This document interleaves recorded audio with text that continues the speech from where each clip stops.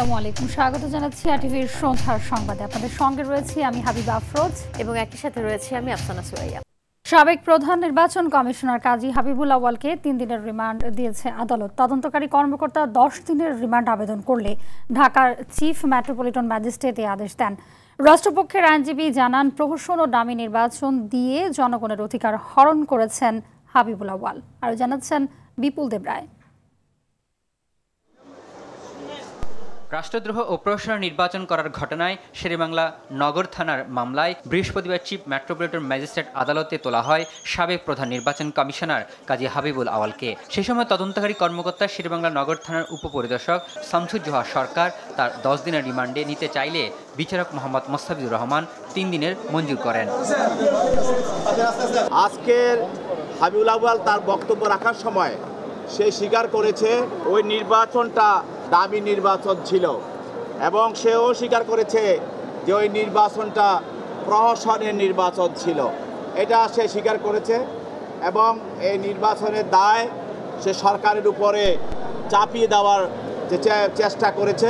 রাষ্ট্রপক্ষের public prosecutor Omar Faruk Faruqui আরও বলেন, শেখ হাসিনা সরকারকে টিকিয়ে রাখতে বিগত সময়ে দামি ও প্রহসন নির্বাচন হয়েছে, যা রাষ্ট্রদ্রোহের শামিল। সে রাষ্ট্রদ্রোহীমূলক সংবিধান লঙ্ঘন করে রাষ্ট্রদ্রোহী কাজ করেছে এবং সে সরকারের সঙ্গে আতাত করে ফ্যাসিস্ট হাসিনাকে ক্ষমতায় টিকিয়ে রাখার জন্য সে অপরাধমূলক ষড়যন্ত্র করেছে। একই মামলায় সাবেক সিসি নুরুল হুদাকে গত 23 জুন 4 দিনের রিমান্ডে দেয় আদালত। গত রোববার আওয়ামী লীগ সরকারের সময়ে নির্বাচন কমিশনের অনিয়মের অভিযোগ এনে এই মামলা করেন বিএনপি নেতা সালাউদ্দিন খান। বিপুল দেবরায়, আরটিভি, ঢাকা। ফেব্রুয়ারিতে জাতীয় নির্বাচন হওয়ার বিষয়ে ইউরোপীয় ইউনিয়ন স্বস্তি প্রকাশ করেছে বলে জানিয়েছেন বিএনপি স্থায়ী কমিটির সদস্য আমির খসরু মাহমুদ চৌধুরী। স্থায়ী কমিটির আরেক সদস্য সালাউদ্দিন আহমেদের অভিযোগ, সংস্কার কমিশন নির্বাহী বিভাগকে দুর্বল করার চেষ্টা করছে। নির্বাচন সুষ্ঠু, স্বচ্ছ ও নিরপেক্ষ করতে কেয়ারটেকার ব্যবস্থা বহাল রাখার বিকল্প নেই বলেও মনে করেন বিএনপির এই নেতা। রুদ্র রফিকের রিপোর্টে বিস্তারিত। গুলশানে বিএনপি চেয়ারপারসনের রাজনৈতিক কার্যালয়ে ঢাকায় নিযুক্ত ইউরোপীয় ইউনিয়নের রাষ্ট্রদূত মাইকেল মিলারের সঙ্গে বৈঠক করেন বিএনপির স্থায়ী কমিটির সদস্য আমির খসরু মাহমুদ চৌধুরী।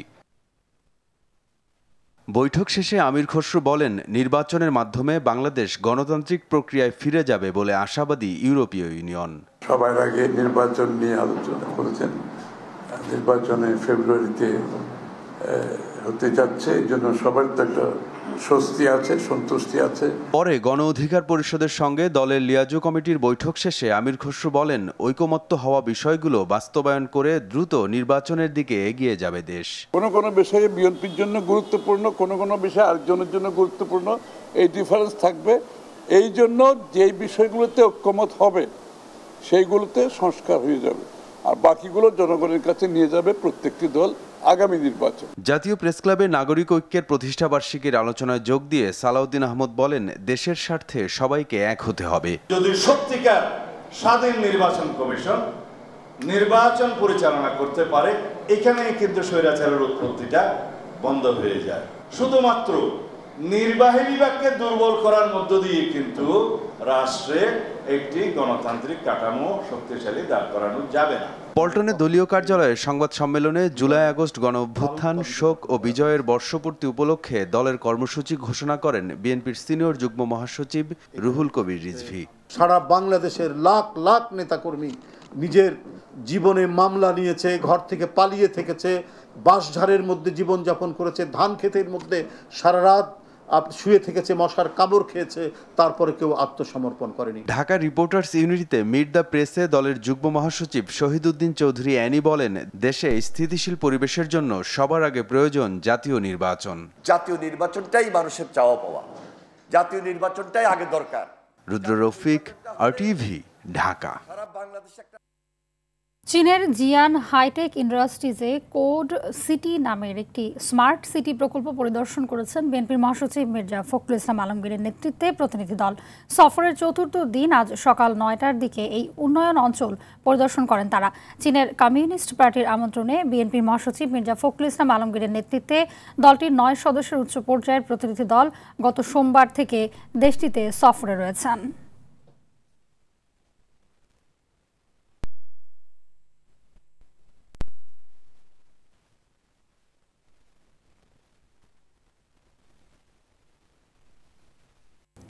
দেশের সব সরকারি প্রতিষ্ঠানের ভবনে ছাদে সোলার প্যানেল বসানোর নির্দেশ দিয়েছেন প্রধান উপদেষ্টা অধ্যাপক ডক্টর মোহাম্মদ ইউনূস। দুপুরে রাষ্ট্রীয় অতিথি ভবন যমুনায় জাতীয় রুফটপ সোলার কর্মসূচি বিষয়ক বৈঠকে তিনি এমন নির্দেশ দেন। সরকারি ভবনে সোলার প্যানেল বসানোর কাজটি বেসরকারি উদ্যোগে করার বিষয়টিও বিবেচনা করার পরামর্শ দেন প্রধান উপদেষ্টা। ভারতে মোট বিদ্যুৎ চাহিদার 24%, পাকিস্তানে 17.16%, শ্রীলঙ্কায় 39.7% উৎপাদন হলেও বাংলাদেশে মোট বিদ্যুৎ চাহিদার মাত্র 5.6% সৌর বিদ্যুৎ উৎপাদন হয়ে থাকে বলেও সভায় জানানো হয়।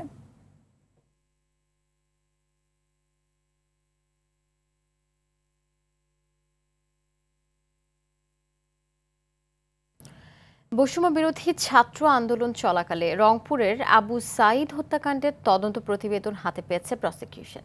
এই হত্যাকাণ্ডে 30 জনের সম্পৃক্ততা মিলেছে বলে তদন্ত প্রতিবেদনে উঠে এসেছে। আগামী রোববার আনুষ্ঠানিকভাবে তদন্ত প্রতিবেদন দাখিল হবে বলে জানিয়েছেন আন্তর্জাতিক অপরাধ ট্রাইব্যুনালের প্রসিকিউটর মিজানুল ইসলাম। সাকিবুর রহমানের রিপোর্টে এর বিস্তারিত।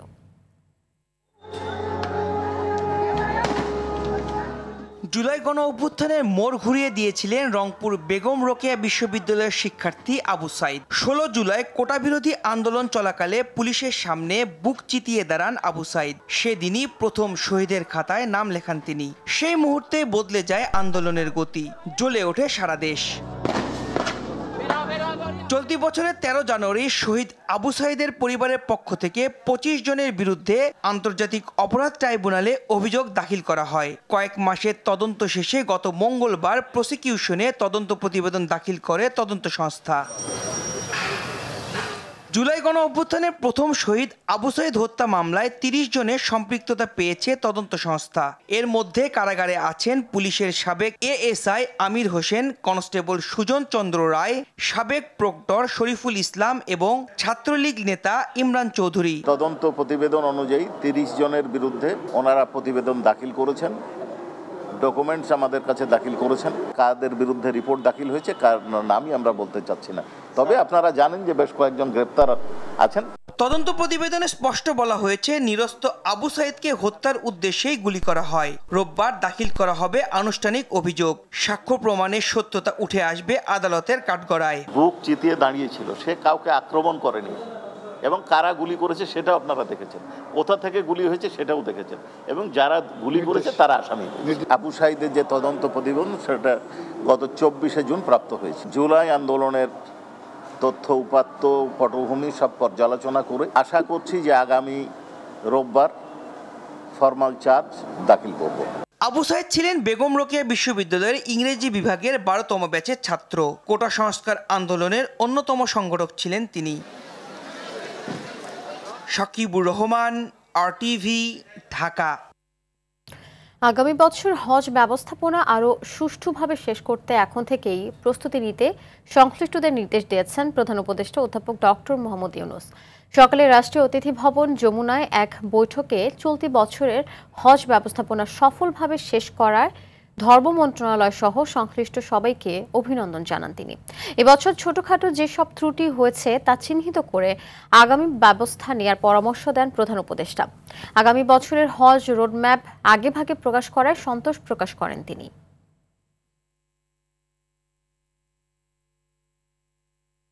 চীন, বাংলাদেশ ও পাকিস্তানের মধ্যে ত্রিপক্ষীয় বৈঠক অন্য কোনো পক্ষকে কোণঠাসা করতে নয় বলে মন্তব্য করেছেন পররাষ্ট্র উপদেষ্টা তৌহিদ হোসেন। বিকেলে পররাষ্ট্র মন্ত্রণালয়ে OIC সম্মেলন সহ সাম্প্রতিক বিভিন্ন ইস্যুতে প্রেস ব্রিফিংয়ে এই মন্তব্য করেন তিনি। গত 19 জুন বাংলাদেশ ও পাকিস্তানকে নিয়ে চীনের পররাষ্ট্র সচিব পর্যায়ে একটি ত্রিপক্ষীয় বৈঠক হয়েছে। তিনি আরও বলেন, পূর্ববর্তী সরকারের সঙ্গে ভারতের যেই সম্পর্ক ছিল অন্তর্বর্তী সরকারের সঙ্গে তা নেই, সম্পর্ক পুনর্বিন্যাসের কাজ চলছে। স্বীকার করি যে পূর্ববর্তী সরকারের সাথে ভারতের যেরকম ঘনিষ্ঠ সম্পর্ক ছিল, ভারত যেরকম সম্পর্ক প্রতিষ্ঠা করেছিল, আমাদের সাথে বর্তমান সম্পর্ক ঠিক ওই রকম নেই। কাজে এটাকে আমি রিঅ্যাডজাস্টমেন্ট করছি, এটাতে আমরা ডিটেলস বরং না যাই। অন্যায় তদবিরে পাত্তা না দিলেই শুরু হয় গালাগালি।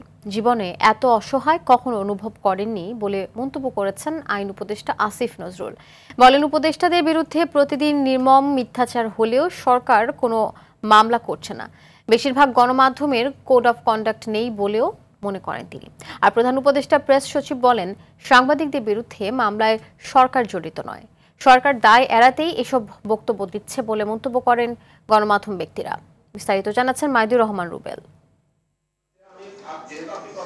সাংবাদিকদের সুরক্ষা নিয়ে রাজধানীর সিরিডাপ মিলনায়তনে সেমিনারের আয়োজন করে centre for governance studies CGS. এতে অংশ নিয়ে আইন উপদেষ্টা ডক্টর আসিফ নজরুল বলেন, সাংবাদিকতার জন্য কোনো সাংবাদিকদের বিরুদ্ধে মামলা হয়নি, অপরাধে উস্কানি দেওয়ার জন্য মামলা হয়েছে। তবে মিথ্যে মামলা হলে কিংবা পুলিশ মামলা নিলে পৃথিবীর কোনো আইন তা ঠেকাতে পারে না বলেও দাবি করেন তিনি। গণমাধ্যমে না হোক, সোশ্যাল মিডিয়াতে আমাদের সম্পর্কে কত আজে বাজে, ভিত্তিহীন, অকল্পনীয় মিথ্যাচার করা হয়। আমরা কেউ কিন্তু একটা মামলাও করি নাই। মামলার ব্যাপারে আমাদের কিছু করার নাই। এক শ্রেণীর মানুষ যদি মামলা করার মধ্যে ব্যবসা করার প্রবণতা খুঁজে পায়, এক শ্রেণীর আইনজীবী, এক শ্রেণীর রাজনীতিবিদ যদি এর সাথে সামিল হয়, বাংলাদেশে কোনো পৃথিবীতে কোনো আইন নাই যে আপনি যা বলবেন আপনি মামলা করতে পারবেন না। রাজনৈতিক মদদে সাংবাদিকদের বিরুদ্ধে মামলা হয়েছে কিনা তা খতিয়ে দেখার কথা বলেন প্রধান উপদেষ্টার প্রেস সচিব।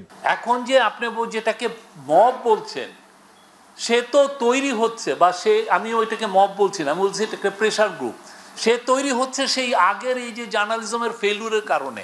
28শে জুলাই 2024 বাংলাদেশের টপ জার্নালিস্টরা যে শেখ হাসিনাকে বলছে যে এদেরকে খুন করেন, পুলিশ কেন গুলি করছে না? দায়িত্ব এড়ানোর জন্য সরকারের পক্ষ থেকে এমন বক্তব্য দেওয়া হচ্ছে বলে মন্তব্য করেন গণমাধ্যম ব্যক্তিরা।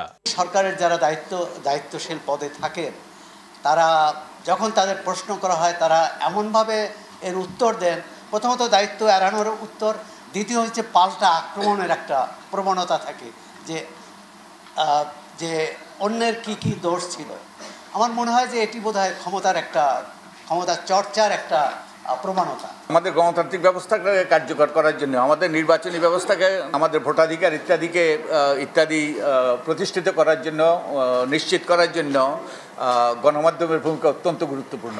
গণমাধ্যম সংস্কার কমিশনের সুপারিশ বাস্তবায়নের তাগিদ দিয়ে বক্তারা গত 10 মাসে মিডিয়ার কি পরিবর্তন হয়েছে তার তুলনামূলক আলোচনার আহ্বান জানান। মাইদুর রহমান রুবেল, আরটিভি, ঢাকা। অনেক চ্যালেঞ্জ থাকলেও আগের সমস্যা থেকে শিক্ষা নিয়ে সুষ্ঠুভাবে এইচএসসি ও সমমানের পরীক্ষা শেষ করার ব্যাপারে আশাবাদ জানিয়েছেন শিক্ষা উপদেষ্টা অধ্যাপক ডক্টর চৌধুরী রফিকুল আবরার। সকালে রাজধানীর ভাষানটেক সরকারি কলেজ পরিদর্শন শেষে তিনি কথা বলেন। এ সময় সুশৃঙ্খলভাবে পরীক্ষা শেষ করে দ্রুততম সময়ের মধ্যে ফলাফল দেওয়ার কথাও জানান তিনি। জাকারিয়া খানের রিপোর্ট। সারা দেশে শুরু হয়েছে 2025 সালের এইচএসসি ও সমমানের পরীক্ষা। সকালে বাংলা প্রথম পত্রের লিখিত পরীক্ষার মধ্য দিয়ে শুরু হয় আনুষ্ঠানিকতা। এবছর 11টি সাধারণ শিক্ষা বোর্ড এবং মাদ্রাসা ও কারিগরি শিক্ষা বোর্ডের অধীনে পরীক্ষা দিচ্ছেন 12,55,111 জন শিক্ষার্থী। প্রথম দিন রাজধানীর পরীক্ষা কেন্দ্রগুলোতে নির্ধারিত সময়ের আগেই প্রবেশ করতে দেখা যায় শিক্ষার্থীদের। ঢাকার বাইরের কেন্দ্রগুলোতেও হলে প্রবেশ করানো হয় যথাযথ স্বাস্থ্যবিধি মেনে। শিক্ষার্থীরা জানান, কিছু স্থানে যানজট থাকলেও নির্বিঘ্নেই পরীক্ষা দিয়েছেন তারা। সারা বাংলাদেশি পরীক্ষা, তো সেই অনুযায়ী তো একটু ভিড় থাকবে, এটা তো স্বাভাবিক, কিন্তু ওরকম কোনো প্রবলেম হয়নি। আমরা তো কলেজ বাসে আসছে, ওরকম জ্যাম বা সমস্যার সম্মুখীন হই নাই। হ্যাঁ আছে, মোটামুটি স্টুডেন্ট মাস্ক পরে এসেছে, কিন্তু অনেকে আবার পরে নাই, কারণ এখনো তো ওরকম ভাবে কেউ গ্রাহ্য করে না আর কি কোনোটাতে। দিনাজপুর শিক্ষা বোর্ডের চেয়ারম্যান অধ্যাপক মোহাম্মদ তৌহিদুল ইসলাম জানান, পরীক্ষা সুষ্ঠুভাবে সম্পন্ন করতে প্রতিটি কেন্দ্রে আইন শৃঙ্খলা রক্ষাকারী বাহিনী মোতায়েন সহ সার্বিক প্রস্তুতি নেওয়া হয়েছে। সুন্দর সন্তোষজনক পরিবেশ আর আইন শৃঙ্খলা পরিস্থিতির প্রশাসন থেকে আমরা সার্বিক সহযোগিতা পাচ্ছি। এদিকে সকালে পরীক্ষা কেন্দ্র পরিদর্শন শেষে শিক্ষা উপদেষ্টা বলেন, প্রশ্ন ফাঁস নিয়ে হুমকি থাকলেও এসএসসির মতো যথাযথভাবে শেষ হবে এইচএসসিও। অতীতের যে আমাদের যে সমস্ত অভিজ্ঞতা ছিল, প্রশ্নপত্র ফাঁস থেকে শুরু করে অন্যান্য সমস্যাদি ছিল, সেগুলো থেকে আমরা শিক্ষা লাভ করে যেভাবে এসএসসিটা করেছি, এইচএসসিটাও আমরা সেভাবে অর্গানাইজ করতে চেষ্টা করছি। এ সময় পরীক্ষার্থীদের যথাযথ স্বাস্থ্যবিধি মানার পাশাপাশি হাতে সময় রেখে পরীক্ষা কেন্দ্রে যাওয়ার আহ্বান জানান উপদেষ্টা। এবং আমার আহ্বান থাকবে স্কুলগুলোর প্রতি, যেই নির্দেশ দেওয়া হয়েছে সেগুলো যেন তারা যথাযথভাবে পালন করেন। জাকারিয়া খান, RTV, ঢাকা। আমরা শেষ করি। দেশে প্রতিদিন প্রায় 20 কোটি টাকার মাদক বিক্রি হচ্ছে বছরে, যার পরিমাণ দাঁড়ায় 7,300 কোটি টাকা। আর বাংলাদেশ থেকে মাদকের কারণে প্রতি বছর পাচার হচ্ছে $481 মিলিয়ন বা প্রায় 5,147 কোটি টাকা। জাতিসংঘের বাণিজ্য ও উন্নয়ন বিষয়ক সংস্থার একটি প্রতিবেদনে এইসব তথ্য উঠে এসেছে। এমন বাস্তবতায় আজ পালিত হচ্ছে মাদকদ্রব্যের অপব্যবহার ও অবৈধ পাচার বিরোধী আন্তর্জাতিক দিবস। মেহেদী হাসান সুজনের ক্যামেরায় দীপ্তচন্দ্র পালের ধারাবাহিকের আজ দেখুন দ্বিতীয় পর্ব। বাংলাদেশ মাদক উৎপাদনকারী দেশ না হলেও আন্তর্জাতিক মাদকের নিরাপদ রুট হিসেবে ব্যবহৃত হয়। ভৌগোলিক অবস্থানের কারণে মাফিয়ারা বাংলাদেশকেই মাদকের রুট হিসেবে বেছে নিয়েছে। আর সাম্প্রতিককালে বাংলাদেশকেই মাদকের বড় বাজার হিসেবে দেখছে আন্তর্জাতিক মাদক মাফিয়া চক্র। বিভিন্ন দেশ থেকে বাংলাদেশে যেমন মাদক আসছে, তেমনি কয়েকটি দেশ ঘুরে বাংলাদেশ হয়ে ইউরোপ ও উত্তর আমেরিকা সহ বিভিন্ন দেশে পাচার হচ্ছে হেরোইন ও কোকেন। এ মাদকের অধিকাংশ চালান ঢুকছে আফ্রিকা ও নাইজেরিয়ার নাগরিকদের মাধ্যমে, ইয়াবা আসছে মিয়ানমারের পাচারকারীদের মাধ্যমে, ফেন্সিডিল ও গাঁজা আসছে ভারতের মাধ্যমে। মাদকের সহজলভ্যতার কারণে দেশে মাদকের ছোবলে পড়েছে যুব সমাজ। গবেষণায় উঠে এসেছে দেশের যুবকদের মধ্যে 3% মাদকের সঙ্গে জড়িত। সেন্সাস করা হয় নাই যে আমরা বলতে পারবো না যে কতগুলো মানুষ এটা নাই। আমরা যেটা করেছি সার্ভে বা জরিপ করেছি। তো সার্ভে একটা জরিপ নির্দিষ্ট জনগোষ্ঠীর উপরে করার কারণে আমরা যেটা দেখেছি 18 বছরের উপরে আপনার 3%-এর মতো মানুষ 3 মাসের মধ্যে কখনো না কখনো ড্রাগ নিয়ে থাকে। সো 18 বছরের উপরে 3% অনেক বেশি পরিমাণ। মাদকের ভয়াল থাবা থেকে বাঁচতে বর্ডার সহ সারা দেশে আইনশৃঙ্খলা বাহিনীদের সমন্বিতভাবে কাজ করার পরামর্শ দেন বিশেষজ্ঞরা। আইন প্রয়োগকারী সংস্থা যখন এই থাইল্যান্ড মায়ানমারের এই বর্ডারে তারা যখন সক্রিয় হয়, তখন কিন্তু তারা মায়ানমার থেকে ইন্ডিয়া হয়ে ইন্ডিয়ার মধ্য দিয়ে বাংলাদেশে আসে। এই জন্যে রুট তারা পরিবর্তিত হয়। আপডেটেড টেকনোলজি দরকার। 2 হচ্ছে যে মেশিনারিজ দরকার এইগুলোকে আইডেন্টিফাই করার জন্য। আর আমাদের যেহেতু চারিপাশে বর্ডার, 3 পাশে হচ্ছে যে ভারত, 1 পাশে মায়ানমার আর আছে, আমাদের আইন প্রয়োগকারী সংস্থাগুলোকে বর্ডারে জিরো টলারেন্স দেখাতে হবে। মাদকের অপব্যবহার ও অবৈধ পাচার রোধে আন্তর্জাতিক দিবসে মাদক নির্মূলে মাদকদ্রব্য অধিদপ্তরের পরিকল্পনা কি তা জানতে বারবার যোগাযোগ করা হলেও তাদের বক্তব্য পাওয়া যায়নি। দীপ্তচন্দ্র পাল, RTV, ঢাকা। এদিকে দেশকে মাদক মুক্ত করতে বর্তমান সরকার প্রতিজ্ঞাবদ্ধ। মাদক মুক্ত সমাজ করতে সব শ্রেণী পেশার মানুষকে ঐক্যবদ্ধভাবে ভূমিকা পালনের আহ্বান জানিয়েছেন স্বরাষ্ট্র উপদেষ্টা মোহাম্মদ জাহাঙ্গীর আলম চৌধুরী। তিনি জানান, তাই মাদক পাচার রোধে সরকারের উদ্যোগ অব্যাহত রয়েছে। রাজধানীর ওসমানী স্মৃতি মিলনায়তনে আন্তর্জাতিক মাদক দিবসের আলোচনায় কথা জানান স্বরাষ্ট্র উপদেষ্টা। তিনি আরও বলেন, তরুণ প্রজন্মকে মাদক থেকে মুক্ত রাখতেই হবে। এ সময় সমাজে মাদক প্রতিরোধে বিশেষ অবদান রাখার জন্য বিভিন্ন ব্যক্তি ও প্রতিষ্ঠানকে পুরস্কৃত করা হয়। মাদকের করাল গ্রাস থেকে দেশ ও জাতিকে রক্ষা করতে বর্তমান সরকার প্রতিজ্ঞাবদ্ধ। দেশকে মাদক মুক্ত করার লক্ষ্যে অপ্রতুল্য সীমিত জনবল নিয়ে প্রতিনিয়ত মাদক বিরোধী কার্যক্রম পরিচালনা করে আসছে মাদক দ্রব্য নিয়ন্ত্রণ অধিদপ্তর। সংবাদের এই পর্যায়ে নিচ্ছি হাইসেন্স সংবাদ বিরতি, ফিরে আরও থাকছে।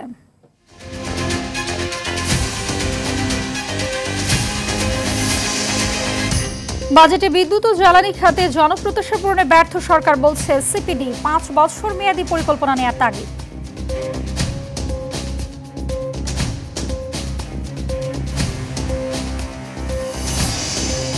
এবং ভরা মৌসুমে অস্থির চালের বাজার, নওগাঁয় পাইকারি ও খুচরা মোকামে কেজিতে দাম বেড়েছে 7 টাকা।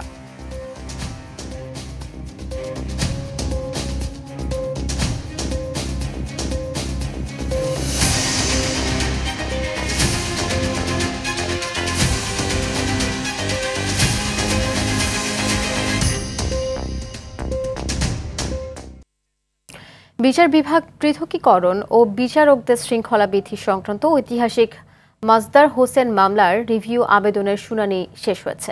এ বিষয়ে রোববার আদেশ দিবেন আপিল বিভাগ। বৃহস্পতিবার প্রধান বিচারপতি ডক্টর সৈয়দ রেফাত আহমেদের নেতৃত্বাধীন ৬ বিচারপতির আপিল বেঞ্চ আদেশের জন্য এদিন ধার্য করেন।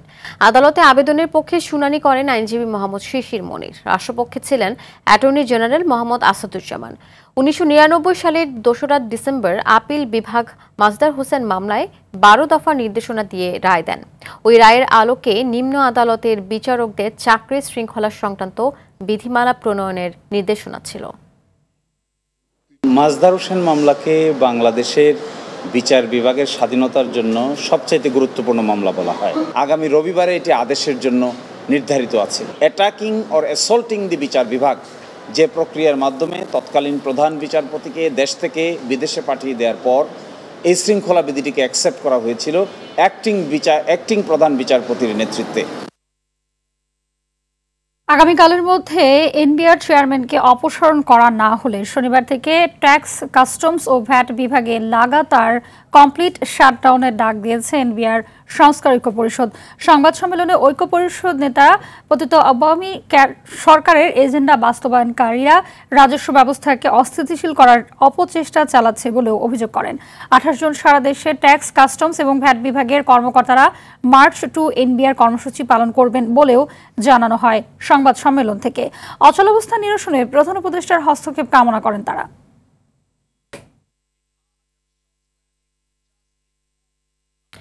সহজ শর্তে বিদেশি ব্যাংক থেকে ঋণ করিয়ে দেয়ার নামে 2,06,00,000 টাকা আত্মসাতের ঘটনায় প্রতারক চক্রের 2 সদস্যকে গ্রেফতার করেছে police bureau of investigation PBI. এ সময় প্রতারণার কাজে ব্যবহৃত জুডিশিয়াল স্ট্যাম্পে প্রস্তুতকৃত 6টি ভুয়া চুক্তিপত্র এবং 3 ব্যাংকের 13টি চেক জব্দ করা হয়। 5% সুদে বিনা ডকুমেন্টে 50 কোটি টাকা ব্যাংক থেকে ঋণ করিয়ে দেওয়ার কথা বলে প্রতারক চক্র মিথ্যা নাটক ও প্রতারণার ফাঁদে ফেলে এই টাকা হাতিয়ে নেয়। এ ঘটনায় প্রতারক চক্রের 3 সদস্যের বিরুদ্ধে বনানী থানায় মামলা করেন ভুক্তভোগী। অনেক বড় মাপের হাই প্রোফাইল ব্যাংকার আপনাদেরকে বিদেশি ব্যাংক থেকে একদম কম ইন্টারেস্টে হ্যাসেল ফ্রি 50 কোটি টাকা লোন করে দিতে পারবে, কোনো অসুবিধা হবে না। তবে আমাদেরকে অ্যাডভান্স কিছু টাকা দিতে হবে। একটা পর্যায়ে দেখা যায় যে প্রতিনিয়তই টাকা দিচ্ছে। ব্যাংকের বড় কর্মকর্তা হিসেবে লোন করে দিবে, লোন করতে হলে যে ধরনের কার্যক্রম সেগুলো তারা পরিচালনা করে। আসলে এগুলো ছিল সবই আইওয়াশ। বাজেটে বিদ্যুৎ ও জ্বালানি খাতে জনগণের প্রত্যাশা পূরণে ব্যর্থ হয়েছে অন্তর্বর্তী সরকার, অভিযোগ করেছেন Centre for Policy Dialogue CPD. সেই সাথে সরকারের ৩-০ যে রাজনৈতিক আকাঙ্ক্ষা সেখানেও পিছিয়ে আছে বলে মনে করে প্রতিষ্ঠানটি। রাজধানীর ব্র্যাক সেন্টারে সিপিডি বাজেট আলোচনায় এসব দিক তুলে ধরে গবেষণা প্রতিষ্ঠানটি। বাজেটে জীবাশ্ম জ্বালানিকে বেশি প্রাধান্য দেওয়া হয়েছে, যা অপ্রত্যাশিত। এছাড়া রাষ্ট্রায়ত্ত প্রতিষ্ঠানগুলোকে যে আর্থিক সংকট তা উত্তরণে কোনো পদক্ষেপ বাজেটে প্রতিফলন ঘটেনি। এক্ষেত্রে 5 বছর মেয়াদী পরিকল্পনা গ্রহণের তাগিদ দেওয়া হয়েছে। পাশাপাশি অভ্যন্তরীণ গ্যাস আহরণের তাগিদও দেওয়া হয়েছে সিপিডির আলোচনায়। সকলে মিলে ঐক্যবদ্ধভাবে সামনের দিনগুলোতে ভয়েস রেইজ করলে আশা করা যায় যে আমরা এই সরকারের বাকি সময় এবং নতুন যে সরকার আসছে তাদেরকেও আমরা যাতে যথাযথভাবে আমরা অ্যাকাউন্টেবল করতে পারি, তাদেরকে যাতে আমরা শুরু থেকে নিয়ে যেতে পারি, যাতে দেশে যাতে আগামী দিনে শিল্প, সেবা, বাসাবাড়িতে জ্বালানি নিরাপত্তার যাতে কোনো সংকট আগামীতে না থাকে। ঋণের নামে অর্থ আত্মসাৎ করায় গ্লোবাল ইসলামী ব্যাংকের সাবেক চেয়ারম্যান নিজাম চৌধুরী, সাবেক এমডি পিকে হালদার সহ 25 জনের বিরুদ্ধে মামলা করেছে। দুদক কার্যালয় সংস্থার মহাপরিচালক আক্তার হোসেন এ তথ্য জানান। তিনি আরও জানান, দুদকের নাম ভাঙিয়ে প্রতারক চক্রের ফাঁদে পড়েছেন এনসিপি নেত্রী মাহমুদা মিতু। এনসিপি নেতা হাসনাত আবদুল্লাহ দুদকের চাঁদাবাজি বিষয়ে যে অডিও ফেসবুকে প্রকাশ করেছেন তা তদন্ত করা হবে। এছাড়া 29তম বিসিএস এর ফল প্রকাশের 13 মাস পর নন ক্যাডারে সুপারিশ পাওয়া 21 জনকে ক্ষমতায় প্রভাব খাটিয়ে ক্যাডার পদে পদায়নের অভিযোগ অনুসন্ধান করার সিদ্ধান্ত নিয়েছে দুদক। ইকোনমিক ক্যাডারে 2 জন, কোনরূপ সহায়ক জামানত গ্রহণ না করে গ্রাহক কর্তৃক ঋণ আবেদনের মাত্র 5 দিনের মধ্যে 25 কোটি টাকা অনুমোদন পূর্বক প্রতিষ্ঠানের মালিকদের ঋণ পেতে সহযোগিতার মাধ্যমে ব্যাংক হিসাবে স্থানান্তর, রূপান্তর এবং হস্তান্তর করার অপরাধ অনুসন্ধানকালে প্রমাণিত হয় সাবেক চেয়ারম্যান নিজাম চৌধুরী, সাবেক ব্যবস্থাপনা পরিচালক প্রশান্ত কুমার হালদার, 25 জন কর্মকর্তা এবং বেনিফিশিয়ারির বিরুদ্ধে একটি মামলা রুজুর সিদ্ধান্ত গৃহীত হয়েছে। দক্ষিণ এশিয়ার মধ্যে প্রায় 25% মানুষ এখনও ব্যাংক খাতে অন্তর্ভুক্ত নয়। তাদের যুক্ত করা এখন বড় চ্যালেঞ্জ বলে মন্তব্য করেছেন বাংলাদেশ ব্যাংকের গভর্নর আহসান এইচ মনসুর। সার্ক-ভুক্ত দেশগুলোর মধ্যে আলোচনার মাধ্যমে এই খাতকে আরও উন্নত করা হবে বলেও জানান তিনি। সকালে রাজধানীর একটি হোটেলে কেন্দ্রীয় ব্যাংকের গবেষণা বিভাগ আয়োজিত 47তম SAARC financial governor group meeting ও সিম্পোজিয়ামের উদ্বোধনী অনুষ্ঠানে তিনি কথা জানান। গভর্নর বলেন, বিভিন্ন দেশের কেন্দ্রীয় ব্যাংকের মধ্যে সমন্বয় ও বিনিময় প্রক্রিয়া চলমান রয়েছে। এ সময় উপস্থিত ছিলেন সার্কভুক্ত দেশগুলোর কেন্দ্রীয় ব্যাংকের গভর্নর, ডেপুটি গভর্নর ও সিনিয়র প্রতিনিধিরা। সেন্ট্রাল ব্যাংকের মধ্যে একটা সমন্বয় করা, এক্সচেঞ্জ করা বিভিন্নভাবে, এবং সেই প্রক্রিয়াটাই একটা চলমান প্রক্রিয়া। এই মুহূর্তে দায়িত্বটা আমাদের উপর। আগামীতে আমরা আরেকটা সার্ক মেম্বার কান্ট্রি এই দায়িত্বভার গ্রহণ করবে, যেটা একটা সামগ্রিক ইন্টিগ্রেশনে একটা ভূমিকা রাখবে, এটাই আমাদের প্রত্যাশা।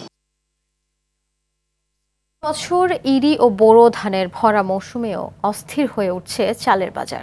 নওগাঁয় 2 সপ্তাহের ব্যবধানে পাইকারি ও খুচরা মোকামে কেজি প্রতি চালের দাম বেড়েছে 5 থেকে 7 টাকা। এছাড়া দিনাজপুরের হিলিতেও বেড়েছে সব ধরনের চালের দাম। এতে বিপাকে পড়েছেন সাধারণ ক্রেতারা। দাম নিয়ন্ত্রণে বাজার তদারকির দাবি তাদের। প্রতিনিধিতে পাঠানো তথ্যচিত্রে বিস্তারিত জানাচ্ছেন আব্দুল হামিদ। শস্য ভাণ্ডার খ্যাত উত্তরের জেলা নওগাঁয় ইরি ও বোরো ধানের ভরা মৌসুম চলছে, তবে স্বস্তি নেই চালের বাজারে। পাইকারি বাজারে কেজিতে 3 থেকে 4 টাকা এবং খুচরা পর্যায়ে 5 থেকে 6 টাকা বেড়েছে স্বর্ণা, কাটারিভোগ, জিরাশাইল, সুবর্ণলতা ও ব্রি 58 জাতের চাল। মন প্রতি 100 থেকে 150 টাকা বেড়েছে ধানের দামও। কৃত্রিম সংকট সৃষ্টির মাধ্যমে চালকল মালিকরা সিন্ডিকেট করে দাম বাড়িয়েছে বলে অভিযোগ ক্ষুদ্র ব্যবসায়ীদের।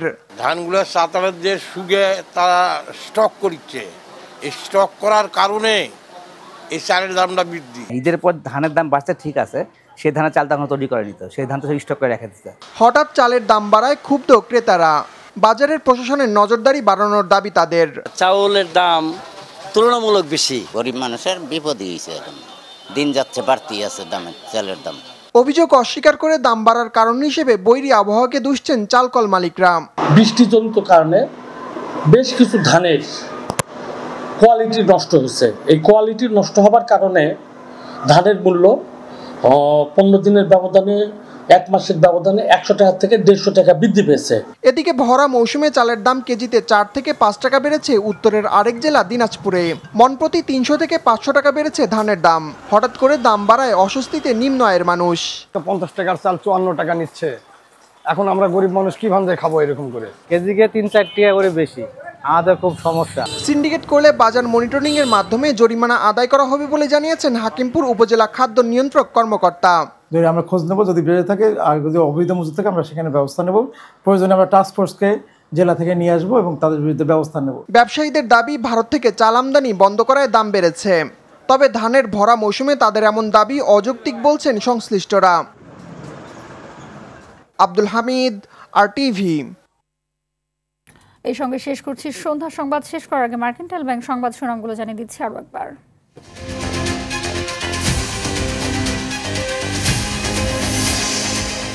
রাষ্ট্রদ্রোহ মামলায় 3 দিনের রিমান্ডে সাবেক সিইসি হাবিবুল আউয়াল, ডামি নির্বাচন আয়োজনের কথা স্বীকার। নির্বাচনের মাধ্যমে গণতন্ত্রে ফিরবে বাংলাদেশ আশা ইইওর নির্বাহী বিভাগকে দুর্বল করার চেষ্টা করছে সংস্কার কমিশন, অভিযোগ বিএনপি। আবু সাইদ হত্যায় 30 জন জড়িত প্রতিবেদন হাতে পেয়েছে প্রসিকিউশন, ট্রাইব্যুনালে দাখিল রোববার।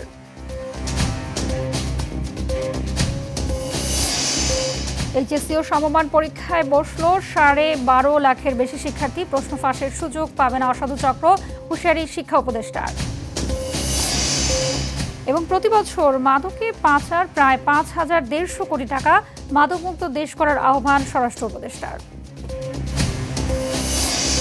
সারা দেশের 100 স্কুলে ক্রিকেট পিচ করে দেবে ক্রীড়া মন্ত্রণালয়। টেস্ট স্ট্যাটাস প্রাপ্তির 25 বছর উপলক্ষে বিসিবি আয়োজিত অনুষ্ঠানে একথা জানান ক্রীড়া উপদেষ্টা আসিফ মাহমুদ সজীব ভূঁইয়া। তিনি বলেন, 25 বছরে আমাদের ক্রিকেটে আশানুরূপ উন্নতি হয়নি। স্কুলে পড়ুয়া ক্রিকেটারদের ভালো মানের পিচে খেলার অভ্যাস ভালো ক্রিকেটার তৈরিতে সহায়ক হবে বলে জানান আসিফ মাহমুদ। আমাদের দলকে একটা বিশেষভাবে ধন্যবাদ দিতে চাই, আজকে বাংলাদেশের ক্রিকেট নিয়ে বিশ্লেষণ করেন। এফসি নারী এশিয়ান কাপ বাছাই পর্ব সামনে রেখে প্রথম দিনের অনুশীলন করেছে বাংলাদেশ নারী ফুটবল দল। মিয়ানমারে পা রাখার পর বৃষ্টির বাধায় গতকাল অনুশীলন করতে না পারলেও আজ ইয়াঙ্গুনের ট্রেনিং ফিল্ড 1-এ নিজেদের ঝালিয়ে নিয়েছেন আফিদা শামসুন নাহারা। আগামী 29 জুন বাহরাইনের বিপক্ষে ম্যাচ দিয়ে এশিয়ান কাপ বাছাই পর্ব শুরু করবে বাংলার মেয়েরা। এরপর 2রা জুলাই স্বাগতিক মিয়ানমার ও 5 জুলাই তুর্কমেনিস্তানের বিপক্ষে খেলবে বাটলারের শিশুরা।